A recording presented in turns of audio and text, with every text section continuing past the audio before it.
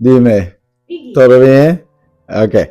Hey guys, welcome back to Maxillaria Orchids. I'm Travis, and this is Piggy.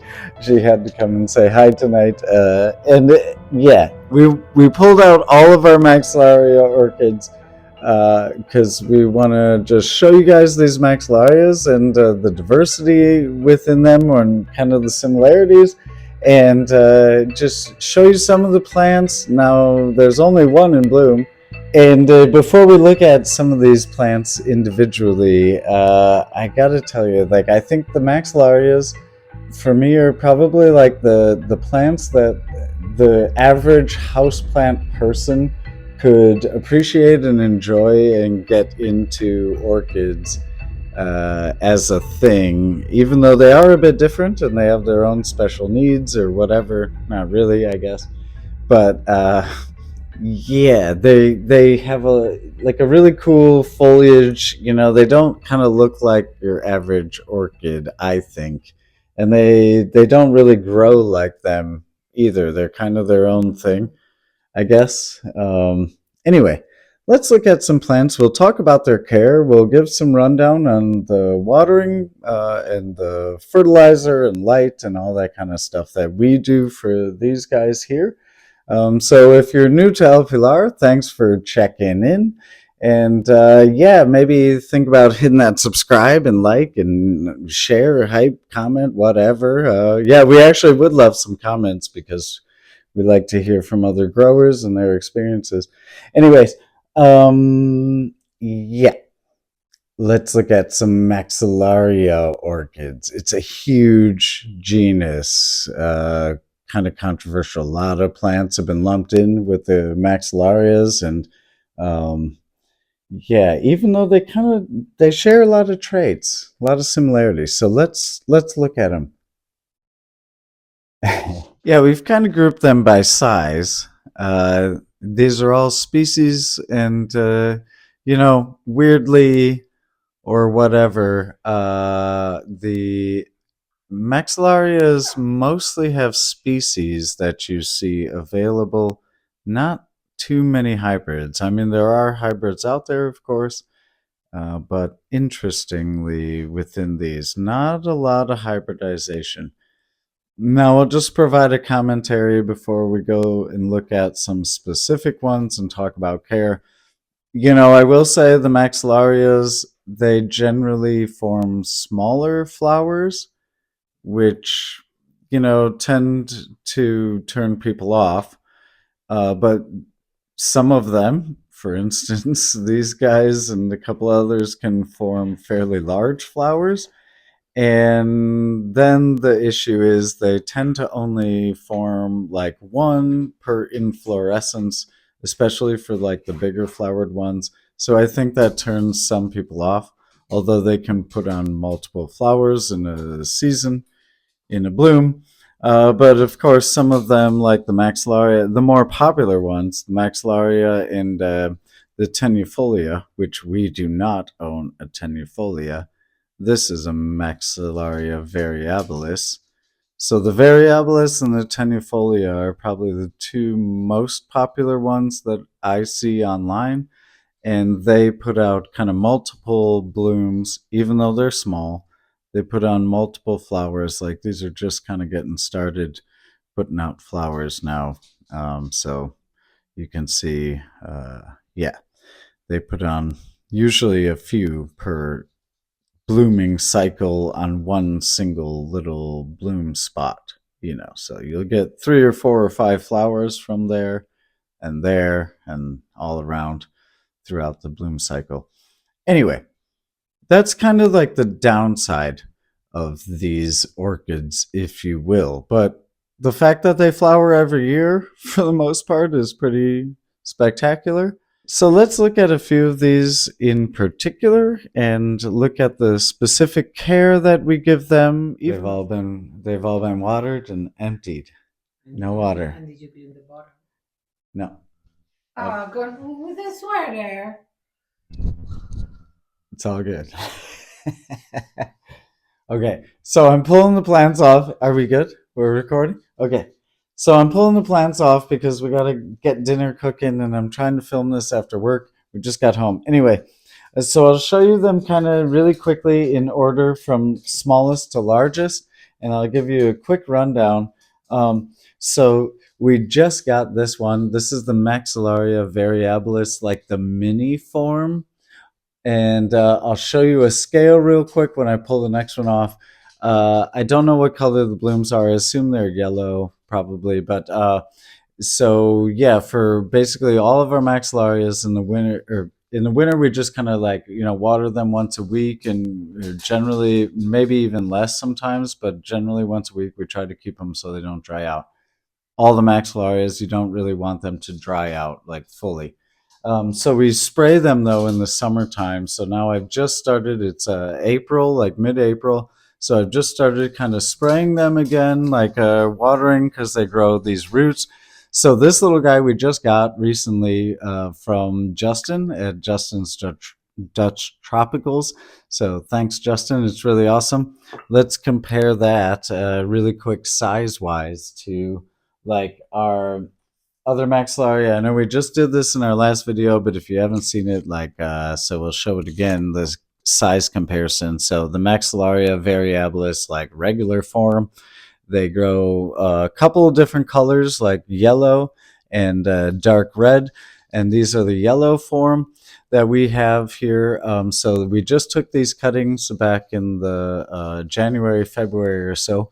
And so now you can see the size difference in the leaves. Like these are much larger, even though within the maxillarias, the variabilis, the regular form is even kind of small. But yeah, these are tiny. So that's so cool. We're really happy to have this now in our collection. I love it. It's like, it's such a cool mini form. So I can't wait to see it bloom. I want to see how big the flowers are. And then the uh, Maxillaria variabilis mother plant that we got like 5 years ago. And so we've just, we've shown this so many times on our channel, and we keep chopping it. And this, what I love about the Maxillarias is you can grow them into specimen sized plants nearly in not a lot of time. And you can divide them very easily. They take so readily to cuttings, and like you can see, these cuttings, they're blooming already just after a couple months. And yeah, now I'm sure they'll make it if we give them the proper care. And anyways, these things grow pretty rapidly, generally speaking, if you give them the right care. And we grow inside apartment. We have our little orchid room. Maybe we will show you where we grow them generally here later. But then continuing on the smaller maxillarias, this is the Schunkiana, the black flowered one. And we've again showed this lots of times. You can search it. Maybe we'll link in the end screen. But this has black flowers, really nice, dark, purple, black flowers that, again, they like the maxillarias, they grow kind of single flowers out there.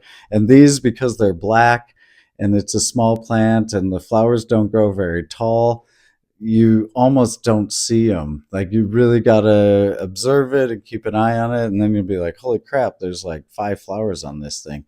So the black flowers really hide in here, but it's such a great plant. I love this thing. So with the Schunkiana specifically, what we have found is when we give it a really cold break around Christmas, end of November going to December, Christmas, put it on the floor and give it, like we keep spraying it, but give it a cold snap, and it seems to trigger it into bloom.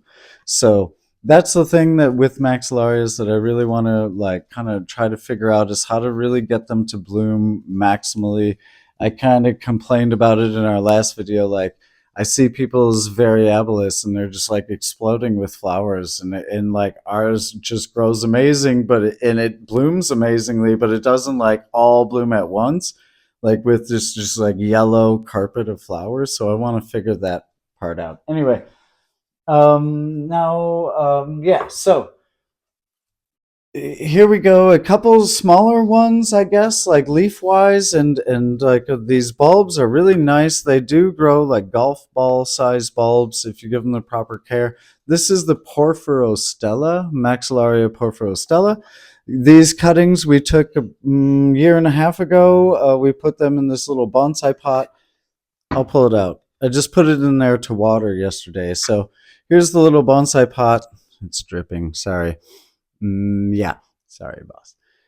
It's dripping. So yeah, the Porphyrostella.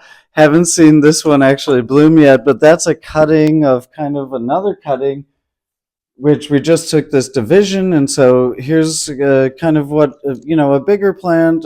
This one was about half of one that we sent to Justin, so I hope yours grows and keeps. I hope you can get it to bloom. I mean, we're like figuring out like how to get all these to bloom properly.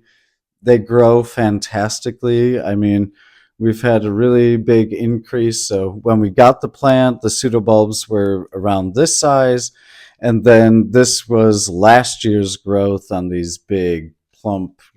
Again, they're small golf ball sized pseudobulbs. So maybe not golf ball yet, but that's my goal. Get them to golf ball size this year, and hopefully they'll bloom. We'll see. But again, they have kind of the Porphyrostella promises to have slightly bigger flowers, like compared to the size of the plant. So then, some other ones that we've had in our collection. Well, actually, here's a new one. So the and I got to get all my names right. So new one, Macrura, larger flowers on the oranger side. Yeah, the Porphyrostella is on the white side, Variabilis yellow, Schunkiana black. These are kind of yellowish, supposedly flowers. We'll see if we can get it to bloom. We just got this plant, but it's got a couple nice new growths. Um, yeah, and as far as repotting, so let me talk about repotting real quick.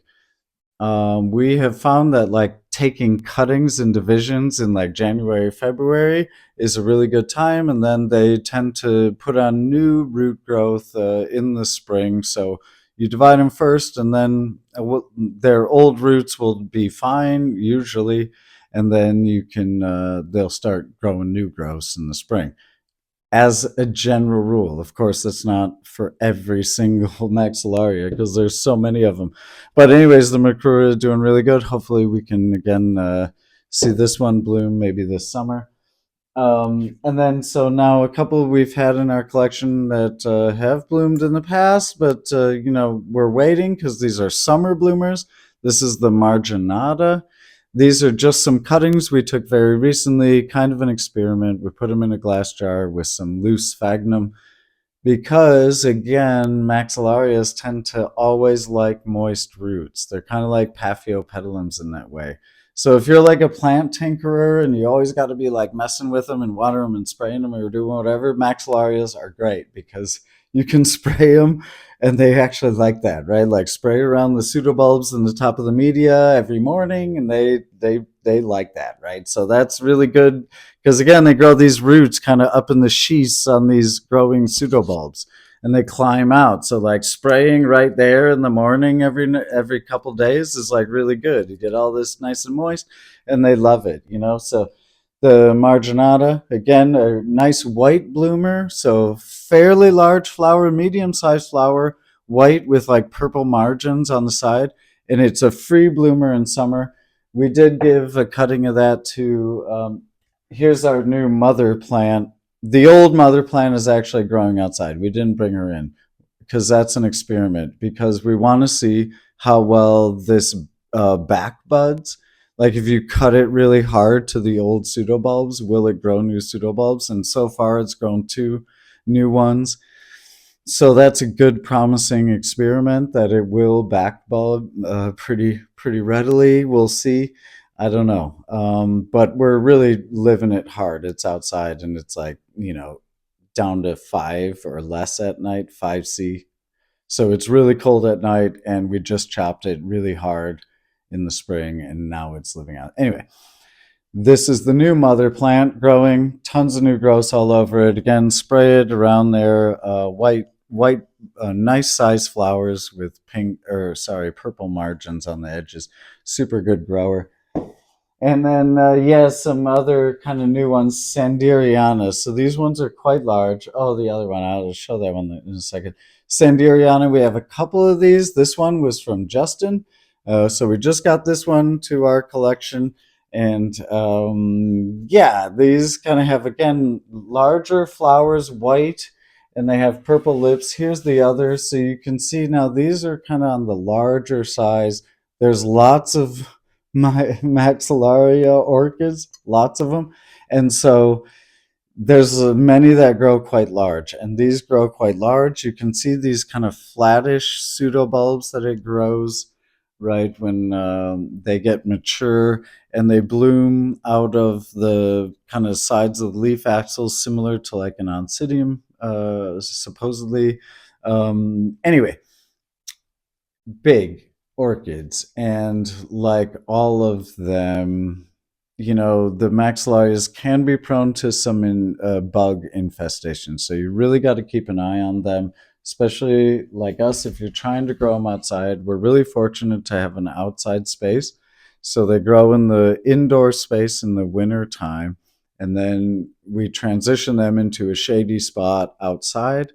And later on in the spring, when we actually get them fully outside, we'll show you. We are transitioning now the orchids outside.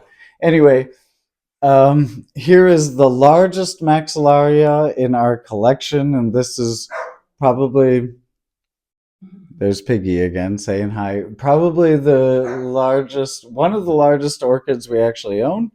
And yeah, so this is the Cali Chroma.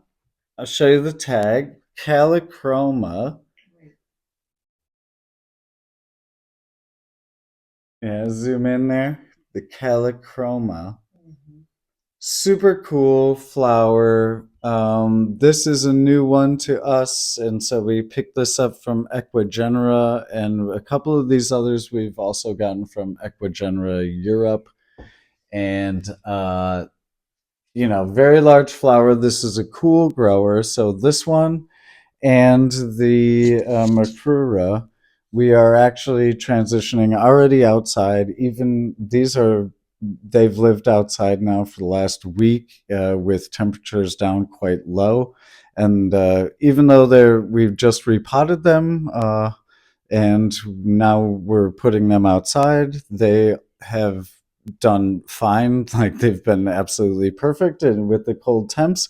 And yeah, we try to keep them in. If it's raining, we may give them a little drizzle, but generally we try to keep them dry right now because it's so cold. So if it's going to rain, we'll bring them in and keep them inside overnight until we know there's going to be nice days. And then we put them out, and they're in a shady location, like dappled shade. They get a little morning and afternoon sun.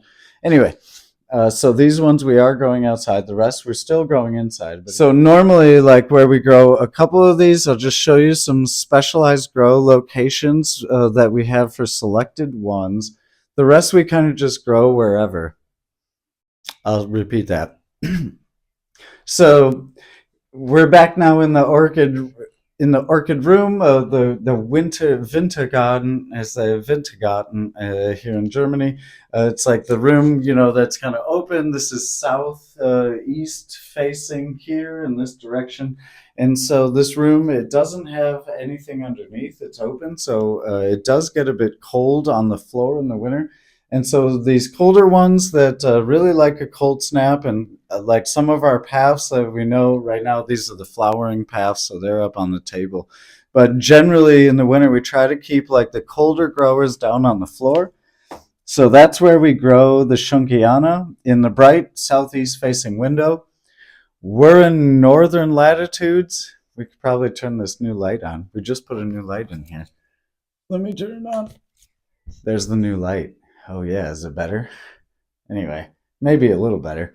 So new light. So yeah, we're in the northern latitudes. Like it's like, if you're talking about latitudes, it's like northern tier US, maybe southern Canada is where we're at. And so yes, we get the continental European winter climate. So it's not like super freezing in the winter, even though we're so high. but we do get like really low light levels, short days in the winter, and like low angle lights, so we can get away with growing a lot of these orchids like really close to the window, especially in the wintertime, when the light is so low and the days are short. And we do have some supplemental lighting in here, and now a new light up there. Anyway, thanks for checking in, guys. Quick look at the Maxillarias. If you don't have one, we really urge you to maybe think about adding one to your collection. They're such easy growers.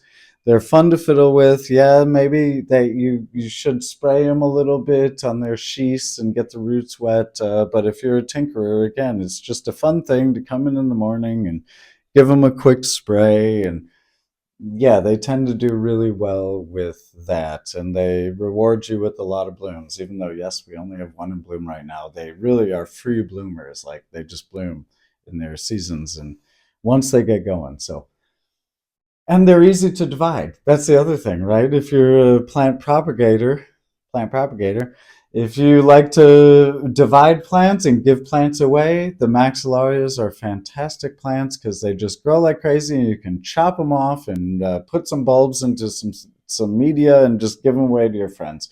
They'll bloom within a couple months, actually, usually after you divide them. They're fantastic.